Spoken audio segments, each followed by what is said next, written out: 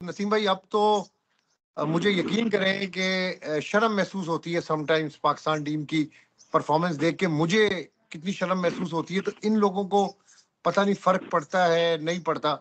मैं पहली वीडियोस के अंदर भी नसीम भाई आपको कहता था कि द लेवल ऑफ क्रिकेट जो है वो बहुत ज्यादा नीचे जा चुका है। जो सो कॉल्ड सीनियर प्लेयर्स हैं वो किसी सूरत भी परफॉर्म करने के लिए मेरा ख्याल है बिल्कुल तैयार नहीं है। उनमें एबिलिटीज खत्म हो गई हैं, उनका फिटनेस प्रॉब्लम है, उनका कोई मेंटल प्रॉब्लम है, कोई ग्रुपिंग का मसला है, कप्तानी का इशू है। आई डोंट नो क्या है, लेकिन बिल्कुल ही डाउन टू डाउन पाकिस्तान की क्रिकेट जो है वो जारी है।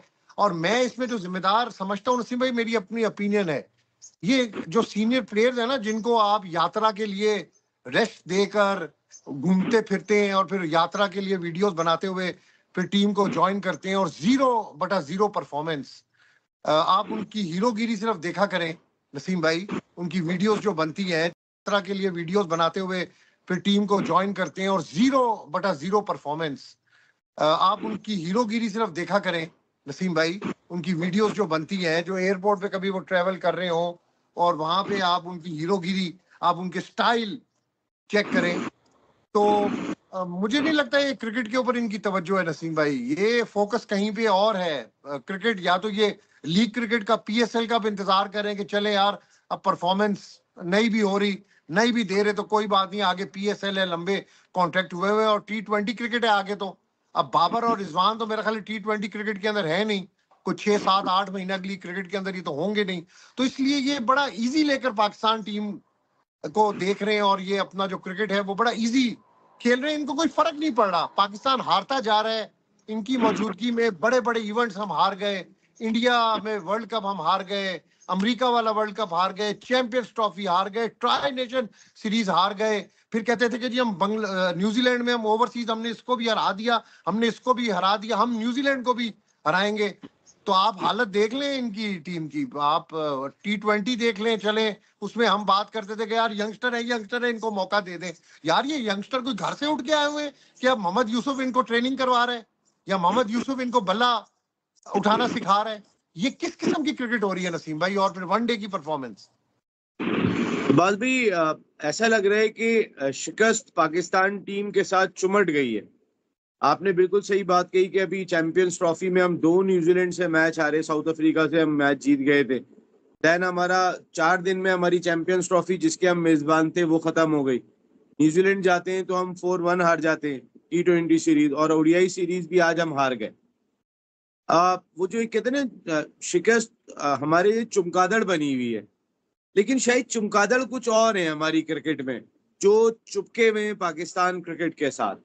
ये बड़ी इंपॉर्टेंट चीज है कि अब वो जो चमगादड़ जिस तरह चुपक जाती है, जैसे आपने सीनियर प्लेयर्स की बात की, वो चुपके हुए दिखाई दे रहे हैं।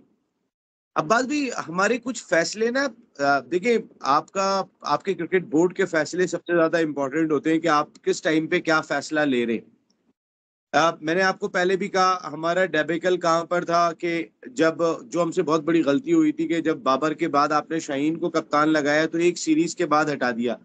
यार एक सीरीज में यही रिजल्ट था ना 4-1, जो इस वक्त सलमान अली आगा की क़यादत में। तो क्या आप सलमान अली आगा को भी हटाएंगे? आप एक मैच तो शायद के बाद हम बात करते हैं कि जी हमारा डोमेस्टिक क्रिकेट का निज़ाम ठीक नहीं है। हर नाकामी के बाद हम बात करते हैं जी बोर्ड के सरबराह ठीक फैसले नहीं कर रहे, हम कहते हैं टीम मैनेजमेंट गलत फैसले कर रही है। लेकिन टीम मैनेजमेंट ग्राउंड से बाहर, खिलाड़ी ग्राउंड के अंदर आज जिस तरह पाकिस्तान टीम की कारकर्दगी रही है, आज जिस तरह मिचेल हे ने करियर बेस्ट 99 रन स्कोर किए, आज जिस तरह अपने आप को एक मरतबा फिर प्रूव किया अब्बास ने, उसके बाद अगर हम अपनी बॉलिंग को देखें तो हमारे खिलाड़ी तो लगता है कुछ सीखने का नाम ही नहीं ले रहे। अब्दुल्ला शफीक की वैसी स्लिप लगी, इमामुल हक के अंदर कोई फड़क आपको दिखाई नहीं दी, बाबर आजम, रिजवान, अगर इनके मैचों को मैं जमा कर लूँ तो पूरी न्यूजीलैंड की टीम जो है उनके मैचेस इनसे कम बनते हैं। लेकिन इनके और हमारे दरमियान इतना बड़ा गैप। देखिए, आपने जो बात की ना कि हम लोग बात करते हैं चेंज की और सारी, तो वो लोग बात करते हैं, मैं तो इस बात पे कहूँगा कि वो लोग बात करते हैं जिन्होंने खुद सिस्टम में आना होता है। वो जो क्रिटिसिज्म सिर्फ क्रिटिसिज्म कर रहे होते हैं और उनमें उनकी बैक ऑफ द माइंड जो होती है, बिहाइंड द सीन ये होती है कि वो खुद चाहते हैं किसी भी तरीके से क्रिकेट बोर्ड के हवाले से किसी सिस्टम में आ जाए। माजिद भाई ने थोड़ी देर पहले बात की थी कि एक फॉरेन कोच होना चाहिए। मैं बिल्कुल हमेशा इस बात की इसको मैं सेकंड करूंगा कि हमारे पाकिस्तान टीम को एक फॉरेन कोच ही कर सकता है कि जो मॉडर्न डे क्रिकेट की हम जो हमेशा बात करते हैं कि जो रिक्वायरमेंट्स हैं, स्ट्रेटजीज एंड प्लान्स और जो चीज़ें आप long term short term plan और अपनी बेंच स्ट्रेंथ को जो करने वाला हमारे जो करंट कोचेज हैं इनकी तो जहन में ही नहीं है कि हमने बेंच स्ट्रेंथ को भी तैयार करना है। हम तो बस ये सिर्फ सर, वो बैटिंग कोच तो थिंक टैंक का हिस्सा, वही कह रहे हैं कि जी ये टीम कैसे सेलेक्ट कर लिया आपने।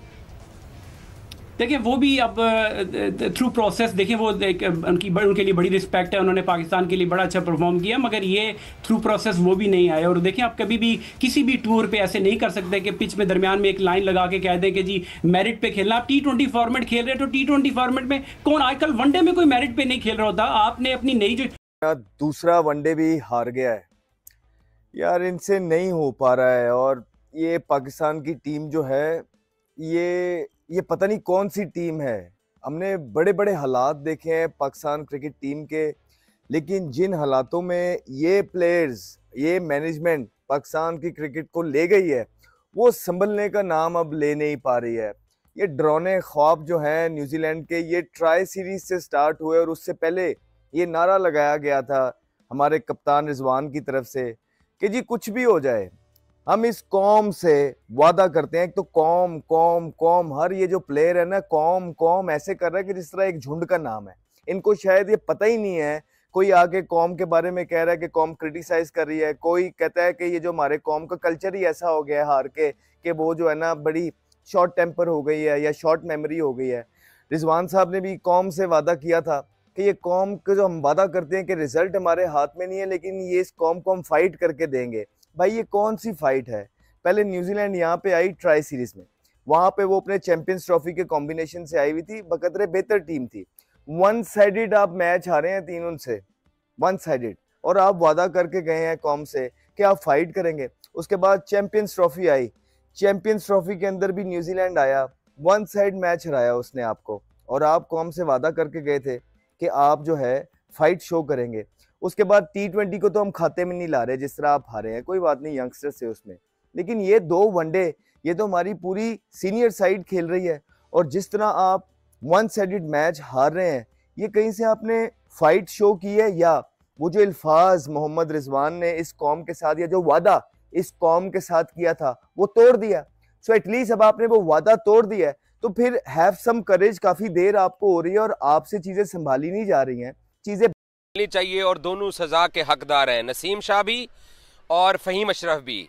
उन्होंने इस मुश्किल विकेट के ऊपर, जहां पर बैटिंग करना बहुत मुश्किल था, जहां पर हमारे दिग्गज बल्लेबाजों के हाथ पांव फूल गए, जहां पर रिजवान को वो ट्वीटिंग की जा रही है लोग कि उनको 2-3 बॉल हाथों पे लग गए, जहां पर हारिस रऊफ और आकिफ जावेद को सरों के ऊपर गेंद लग गया, और जहां पे बैटिंग करना बहुत मुश्किल हो चुका था, वहां पर नसीम शाह 4 छक्के मार के जो उसने बदतमीजी की है, और जो राणा फहीम अशरफ ने इनिंग्स के लिए 73 रन की और नसीम शाह ने कैरियर की पहली 50 स्कोर कर दी है, ये बड़ी ज़्यादती की है इन दोनों ने, और इन दोनों को सज़ा मिलनी चाहिए।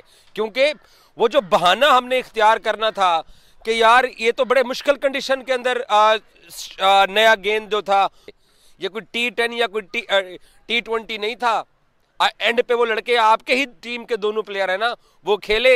एक दफा ऐसा लगा कि जहां पे 8 आउट हैं, अगर यहां पर 5 आउट होते तो शायद पाकिस्तान ये मैच निकाल लेता। लेकिन मैं फिर एक बात बोलूंगा, बहुत सारे लोगों को बुरी लगेगी कि पाकिस्तान क्रिकेट बोर्ड जिस तब्दीली का सोच रहा है ना, अभी पाकिस्तान क्रिकेट बोर्ड ने दूर से तब्दीली की झंडी दिखाई है, और मुझे लगता है कि आप भी उसी तरफ चल पड़े हैं। तो अगला पूरा साल वनडे क्रिकेट नहीं है, T20 है सारा कुछ। तो फिर आप इंटरनेशनल क्रिकेट में नहीं नजर आएंगे किसी को टीवी के ऊपर कि आप क्रिकेट खेल रहे हैं। अगर आप इसी ब्रांड की चलें ठीक है, और टीमें कोलैप्स कर जाती हैं, टीमें 36 पे कोलैप्स कर जाती हैं, टीमें कम टोटल पे आउट हो जाती हैं, इस तरह की ओवरकास्ट कंडीशन के अंदर न्यूजीलैंड के लोकल बॉलर्स हैं, 22-22, 23-23 साल के, 24-24 साल के लड़के, उनका क्रिकेट का कैरियर का पहला साल है। मैं फिर भी उनको मार्जिन देता हूं कि वो डेल स्टेन और ग्लेन मैग्रा से भी बड़ी बॉलिंग कर गए आज की ओवरकास्ट यहाँ पे इन कंडीशन के अंदर। लेकिन मुझे एक बात तो बताइए, आप सीख क्या रहे हैं? आप आगे क्या बढ़ रहे हैं? आपके ऊपर जो तनकीद हो रही है, जिस तरीके से आपके बारे में लोग सवालात उठा रहे हैं, उस तरफ आप क्या कर रहे हैं?